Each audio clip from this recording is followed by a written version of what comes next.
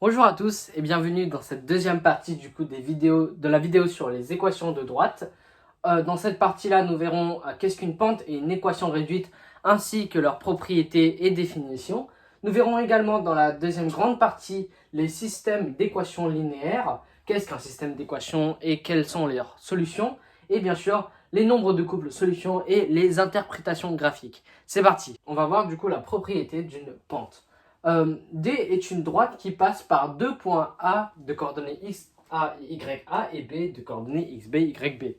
Avec xa n'étant pas égal à xb, la pente ou alors le coefficient directeur, ça vous dit quelque chose, de D est égal à yb moins ya sur xb moins xa.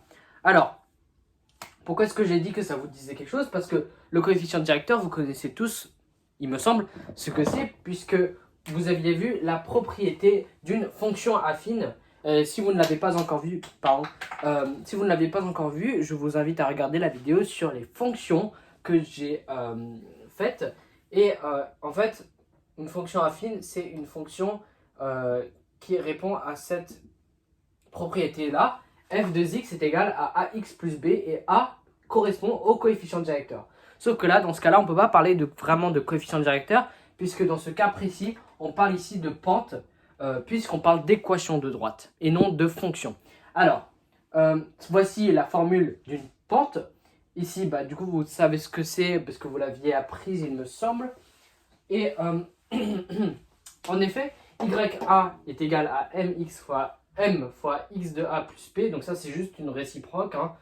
Et c'est des propriétés qui sont très importantes à apprendre. Et yb est égal à m fois xb plus p. Et par déduction, yb moins ya est égal à m fois xb moins xa. Je vais les laisser ici. À présent, on va passer à ce que c'est une équation réduite. Alors, les propriétés de définition. Toute droite D non parallèle à l'axe des ordonnées admet une équation de la forme y fois mx plus p, où m et p sont des nombres réels. Cette équation est l'équation réduite de la droite, donc y fois mx plus p, ça correspond en fait à peu près ça correspond justement aux propriétés de l'équation de la fonction affine, avec f de x, donc y, est égal à ax plus b. C'est exactement la même chose, sauf qu'il y a juste des variables qui sont un peu différentes et des propriétés un peu différentes. On va les voir tout de suite. Juste une petite remarque, le vecteur u de coordonnées 1, m, ça c'est très important, il faut l'apprendre parce que elle va nous être utile pour déterminer justement comment on trouve une équation réduite à partir d'un vecteur directeur ou tout simplement à partir d'un point. Est un vecteur directeur 2D. Toute droite parallèle à l'axe des ordonnées a une équation unique de la forme suivante. Elle n'a ni pente ni ordonnée à l'origine. Et là, je viens juste de schématiser qu'est-ce qu'une équation réduite. Eh bien, tout simplement, une équation réduite, c'est d'abord, qu'est-ce qu'une droite d'équation réduite? Ça, c'est la droite. Donc, en fait, c'est une fonction affine. Vous avez remarqué, elle passe par une ordonnée, une seule fois par l'ordonnée. Et ici, la variable p correspond à l'ordonnée à l'origine. Attention, il ne faut pas confondre P pour pente et M qui est vraiment le nom de la pente. Parce que P, certes, c'est le premier mot du mot, la première lettre du mot pente, mais ça ne correspond pas justement à la pente, ça correspond à l'ordonnée à l'origine. Et M ici qui correspond à la pente, donc le coefficient directeur de notre droite. Donc du coup, on va faire un petit exercice pour mettre en application tout ça. Déterminer un vecteur directeur et la pente de chaque droite dont une équation est donnée dans un repère orthonormé. Donc en gros, pour chaque équation qu'on nous donne, c'est-à-dire celle-là et celle-ci, on doit trouver une pente et un vecteur directeur. Bon, c'est assez simple, le vecteur directeur déjà, pour le premier, vous remarquerez qu'on a notre équation sous la forme ax plus by plus c est égal à 0, donc une équation cartésienne, alors qu'ici on a plutôt une équation réduite. Donc on peut travailler avec les deux, c'est pas si compliqué que ça, je vais vous montrer. Donc je vais juste écrire notre forme, ici notre équation cartésienne, pour illustrer le tout. Donc on avait dit précédemment que pour trouver un vecteur directeur, on avait cette propriété-là. Pour u, le vecteur directeur, on aura moins b, virgule, a, on aura un vecteur directeur de coordonnées moins b et a, donc ici et ici. C'est-à-dire que du coup là, on a notre b, donc b est égal à moins 4 et a est égal à 3. Sauf que moi, je veux trouver moins b. Donc, je mets le moins de l'autre côté. Donc, du coup, je mettrai moins b est égal à 4 et a est égal à 3. D'où u est égal à 4, 3. Et voilà. Donc ça, c'est pour le premier. Maintenant, je vais faire le vecteur directeur de cette droite-là. Ou alors, je vais juste calculer la pente d'abord. Eh bien, souvenez-vous ici aussi, pour trouver une pente, on avait cette propriété-là qui était très utile. Voilà. U de coordonnées 1, m. Et m correspond justement à cette pente dans la propriété suivante. Y est égal à ax, ou alors, pardon, mx plus p. Je confonds les deux propriétés. Alors, mx plus p. Et donc, c'est le m qu'on essaye de trouver ici, puisque c'est la pente, souvenez-vous. Et la pente, on le trouve ici. Donc, du coup, ce que j'ai juste à faire, c'est de transformer ce 4 en 1. Et on sait que chaque droite admet une infinité de vecteurs directeurs. Donc, que je multiplie mon vecteur directeur par 2 ou que je le divise par 3, etc., j'aurai toujours un vecteur directeur qui sera directeur à ma droite. Donc, du coup, ici, comment est-ce que je transforme mon 4 en 1? Eh bien, je peux tout simplement le diviser par 4 ou alors je le multiplie par 1 quart. C'est exactement la même chose. Donc, c'est ce que je vais faire ici. Donc, je multiplie 4 par 1 quart, ce qui me donne 1. Et ici, 3 par 1 quart, ce qui me donne 3 quarts. Donc, j'ai mon vecteur directeur et ma pente est ici parce qu'on avait, souvenez-vous, cette propriété-là. Donc, m est égal à 3 quarts pour le premier. Maintenant, pour le deuxième, c'est assez simple. C'est encore plus simple parce qu'on a directement notre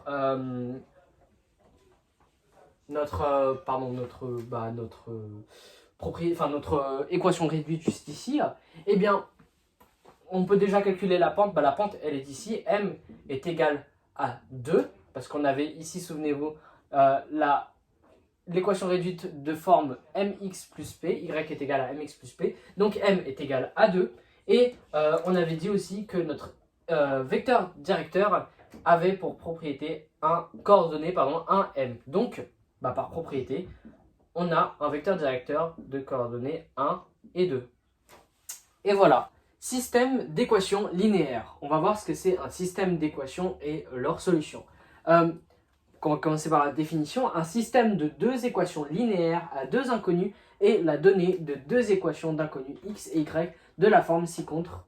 ax plus by plus c est égal à 0, a'x plus by plus b', plus c' est égal à 0.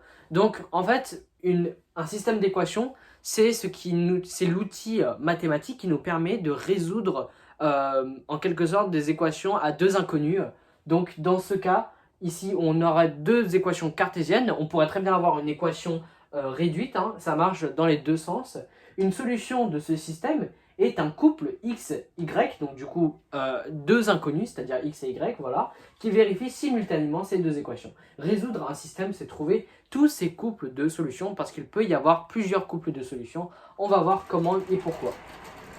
Donc ici, un petit exemple. Le couple 1,3, j'ai pris un couple au hasard, 1,3 n'est pas une solution du système S ci-contre. Donc on donne le système S, on le définit, x plus y moins 4 est égal à 0, 2x et 2x moins y moins 5 est égal à 0. En effet, x plus y moins 4 est égal à 1 plus 3 moins 4, donc cela est égal à 0. Donc l'équation est vérifiée le couple de solutions est vérifié pour la première équation, mais pas pour la deuxième, parce qu'à la fin on obtient moins 6 pour la deuxième, alors qu'on est censé obtenir 0. Donc le couple 1,3 ne vérifie pas la deuxième équation, mais la première équation est vérifiée. Or, le couple 3,1, donc j'ai inversé les nombres, est une solution de système S. En effet, les deux équations sont vérifiées, donc vous pouvez le faire mathématiquement avec ceci. Donc, du coup, le couple 3,1 vérifie donc les deux équations.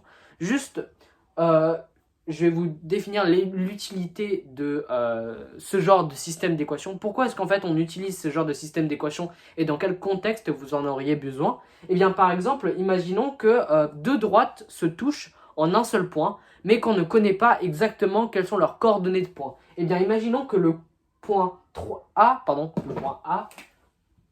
est pour coordonnées 3, 1, et que la droite D1, donc ici D1 et D2, est pour équation cartésienne, celle-ci et celle-ci. Eh bien, nous, on voudrait trouver les coordonnées du point A, mais du coup, on ne le connaît pas encore, on ne sait pas encore que c'est 3, 1. Eh bien, pour résoudre justement ce problème, pour trouver les coordonnées de A, eh bien, on utilisera ce système d'équations pour venir à bien de tout ceci. Et je vais vous montrer comment est-ce qu'on résout ce genre d'équation. On va passer maintenant au nombre de couples, solutions et interprétations graphiques d'un système d'équations. On suppose que A, B n'est pas égal à 0 et que A', B' ne sont pas égales à 0 non plus. Et on s'intéresse au système suivant, donc AX plus BY plus C est égal à 0 et A'X plus B'Y plus C' est égal à 0. Dans un repère orthonormé, AX plus BY plus C est égal à 0 est une équation cartésienne d'une droite D. Et la même chose pour cette équation-là, qui est pour du coup une équation cartésienne de la droite D'. Alors, pour résoudre ce système, c'est donc déterminer les coordonnées des points d'intersection éventuels de ces deux droites. Donc, c'est exactement ce que j'étais en train de dire. C'est comment est-ce qu'on arrive à trouver un point d'intersection entre les deux droites si on sait qu'elles sont séquentes. Donc, on aura le vecteur U de coordonnées moins B, A. Donc ça, c'était pour les équations cartésiennes, je vous l'avais montré précédemment. Et le vecteur V aussi de coordonnées moins B', A'. Sont les vecteurs directeurs respectifs de D et D'. Donc les droites D et D'. Le déterminant du vecteur U et du vecteur V est le suivant. Moins B facteur de A' moins B' facteur de A est égal à AB' moins A'B. Il y a trois cas possibles pour l'ensemble S des couples de solutions du système S. Les voici. Donc, avant le déterminant, je pense que si vous n'avez pas encore regardé la vidéo, encore une fois, n'hésitez pas à regarder sur les vecteurs. J'explique en détail ce que c'est qu'un déterminant. Et du coup, on a ces trois solutions qui seront possibles. Déjà, une solution, si notre déterminant n'est pas égal à 0, cela veut dire que U et V ne sont pas collinéaires et donc qu'ils ne sont pas parallèles, c'est-à-dire que les droites sont séquentes. Comme ici, on peut le voir qu'ils sont séquentes en un point A. Et c'est dans le cas où, en quelque sorte, tout va bien parce qu'on retrouve à la fin un couple de solutions. Donc D et D' sont séquentes en un point A, X, O et Y, O. Le système S a un seul couple solution, c'est le suivant, X, O, Y, O. Et donc on le marque comme ça, donc un petit S qui est égal avec des accolades. Et il ne faut pas oublier de mettre entre parenthèses le couple de solutions, parce que si on ne met pas les parenthèses, ça sous-entend qu'il y a deux solutions, alors qu'il y a bel et bien un seul couple solution. Donc, dans le cas où le déterminant est égal à 0, eh bien, U et V sont collinéaires, c'est-à-dire que les deux sont soit parallèles, soit confondus. Donc ici, dans le cas où c'est parallèle, D et D' sont strictement parallèles, le système S n'a pas de solution, puisque, en fait, un système, c'est un point d'intersection, comme je l'avais dit. On ne peut pas avoir de solution si on n'a pas de point d'intersection, d'où le fait que le système S n'a pas de couple solution. Et dans le cas où D et D' sont confondus, alors le système S a une infinité de couples solutions. S est donc égal à X, point virgule, moins A sur B, X, moins A sur B facteur de X, moins C sur B. Donc ça, c'est une propriété aussi qu'il faut apprendre, mais elle est assez rare et je pense que vous la rencontrerez très rarement avec, bien sûr, X qui est un nombre réel. Donc maintenant, je vais faire un petit exemple et voir avec vous juste une méthode. Il y en a plusieurs, hein, mais je vais faire la méthode la plus simple, qui est du coup la méthode par substitution de cet exercice. Donc, dans un repère orthonormé, on considère les 4 points A de coordonnées moins 2, 3, B de coordonnées 2, 1, et C de coordonnées 2, moins 4, ainsi que D de coordonnées 5, 2. Déterminer les coordonnées du point M d'intersection des droites A, B et CD. Donc, première chose à faire, c'est bien sûr de trouver les équations qui vont aller entre les équations qui vont permettre de trouver le point d'intersection M, c'est-à-dire le couple de solutions. Donc, comment est-ce qu'on construit notre système? Eh bien, tout d'abord, il faut tout simplement trouver les équations de chaque droite. Donc, on va s'intéresser à la droite AB. Donc, ça revient à faire justement d'abord trouver le vecteur directeur, puis aussi trouver un point pour trouver du coup le point C. Donc je vais écrire juste la formule de l'équation. Et comme je vous l'avais dit, la première étape, c'est de trouver le vecteur directeur qu'on peut associer, ou un vecteur directeur qu'on peut associer à AB. Et bien le plus facile, c'est de trouver le vecteur directeur AB qui a pour coordonnées xb moins xa et yb moins ya.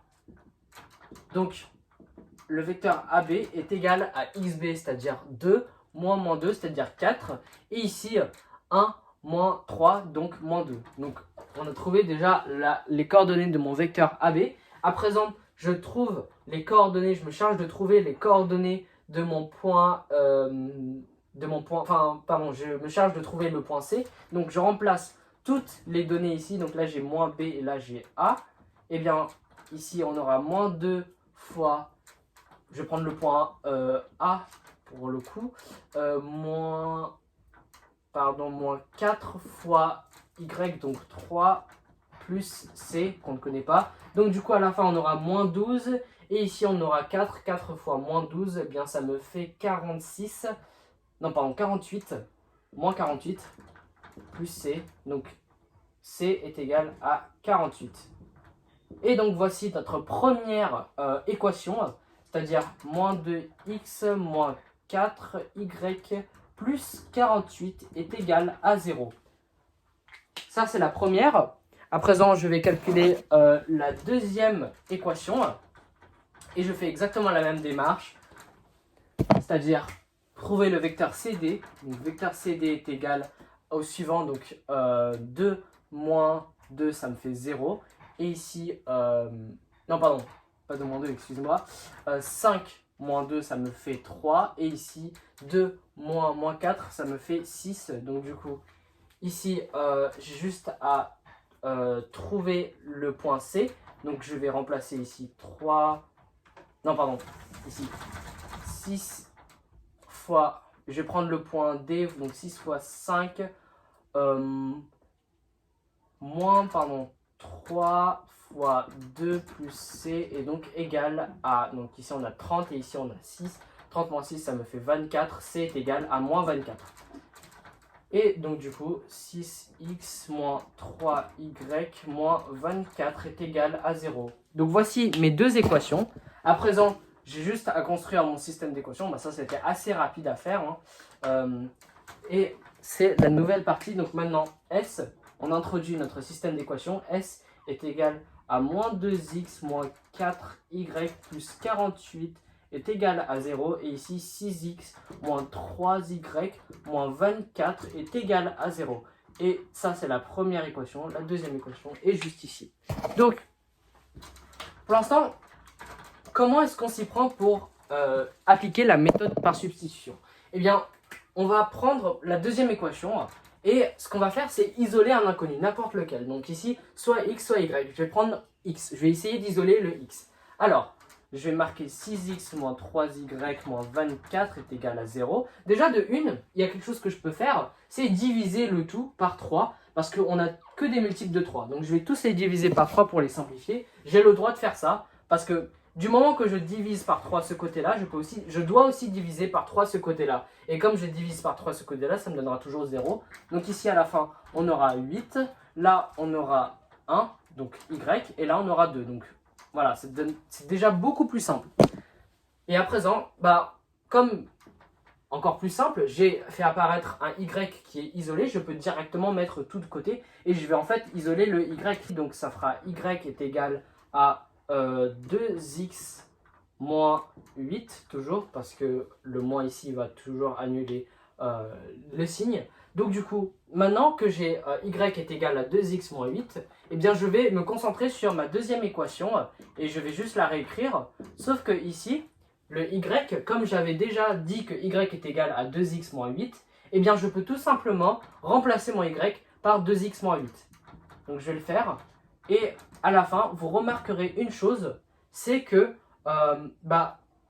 je me retrouverai à la fin avec un seul inconnu puisqu'on a déjà enlevé le y.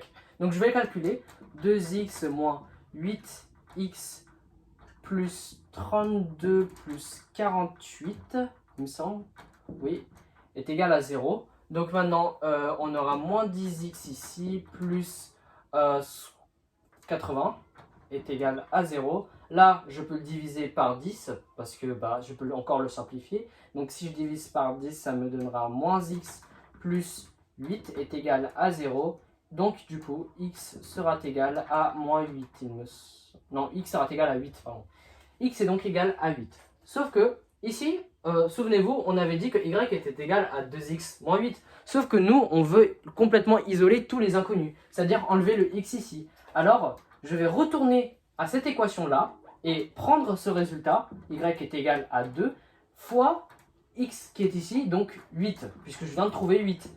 Et donc du coup, à la fin, je me retrouve avec y est égal à 8. Donc du coup, what? C'est pas possible. C'est pas possible. Oh mon Dieu. T'es débile, arrête, t'es débile. 8 moins 4 fois 8 plus 48. Ok, ça fait 0. 6 fois 8. 8 moins 4. What? Ça fait 0? 6 fois 8 moins 3 fois 8 moins 24. Ah oui, ça fait 0. Oh, ça fait 0. Ça fait 0. Et toi? Chut. Donc à la fin, je me retrouve bien avec... pardon, je vais l'écrire ici comme solution. On aura... solution est égale à 8, point virgule, 8. Et je ferme la parenthèse pour bien mettre le fait que ce soit un couple solution. Donc ici, ça fait 8, 8. Et si vous voulez vérifier que votre équation, votre système d'équation est correct, votre couple de solutions est correct, eh bien vous avez juste à remplacer tous les x et y par les couples solutions. Donc ici, x par 8 et y par 8 aussi. À la fin, vous vous apercevrez que tout sera égal à 0. Donc aussi, une dernière chose que je voulais ajouter, j'ai utilisé une technique par substitution, ce qu'on appelle une technique par substitution, mais je pourrais très bien utiliser une technique par combinaison linéaire, etc. etc. C'est juste pour vous montrer une des techniques. Il y en a d'autres qui sont beaucoup plus adaptées, mais je vous apprendrai celle-ci dans cette vidéo. Vous pouvez regarder d'autres vidéos pour voir les différentes techniques. Alors, c'est la fin de cette vidéo, j'espère que ça vous aura plu. N'hésitez pas à mettre un commentaire, liker ou vous abonner si ça vous a plu. Et je vous verrai pour de nouvelles vidéos.